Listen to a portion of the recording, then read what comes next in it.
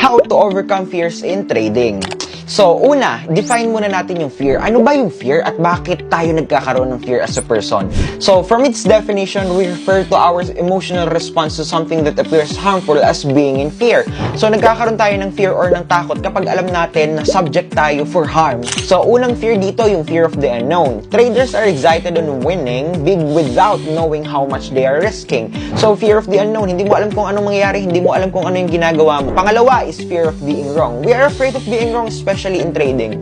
Natural, sino ba ang takot na hindi magkamali? Diba? Then fear of missing out. In trading, we experience of missing our trades due to some factors like being away from our setup. And then lastly, fear of losses. Ito yung takot kang matalo. When this fear strikes you, it can lead to missing a good trade. So, if you want to be successful in trading, you always have to be prepared to get lost.